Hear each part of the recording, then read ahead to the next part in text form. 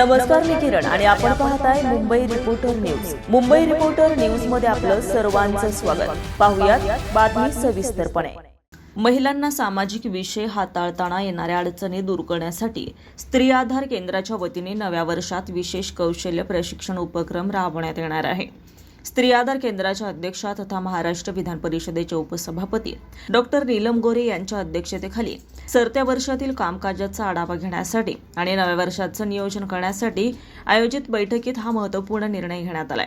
यावेळी बोलताना डॉक्टर नीलम गोरे यांनी सांगितले की महिलांना सक्षम आणि आत्मविश्वासपूर्ण बनवण्यासाठी 2026 मध्ये संवाद कौशल्यावर विशेष भर दिला जाईल. सामाजिकदृष्ट्या अवजड विषय कसे हाताळावेत, संवाद साधताना कोणती काळजी घ्यावी यासंबंधी प्रशिक्षण देण्यात येणार आहे. स्त्री आधार केंद्र गेल्या अनेक वर्षापासून शाश्वत विकास उद्दिष्टांशी सुसंगत उपक्रम राबवत असून नव्या वर्षातही हे उपक्रम अधिक जोमाने सुरू राहतील असं देखील त्यांनी स्पष्ट केलंय.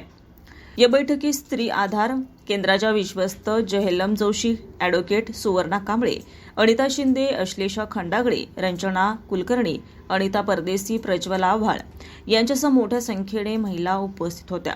सरत्या वर्षातील उपक्रमांना महिलांनी गुणांकन देताना प्रशिक्षण कार्यक्रम, पोस्टर प्रदर्शन, केस वर्ग, ऑनलाईन बैठका तसेच मुंबई पुणे मेळावे यांना विशेष पसंती दर्शवल्या. Arvind Bansode, Mumbai reporter news, Mumbai.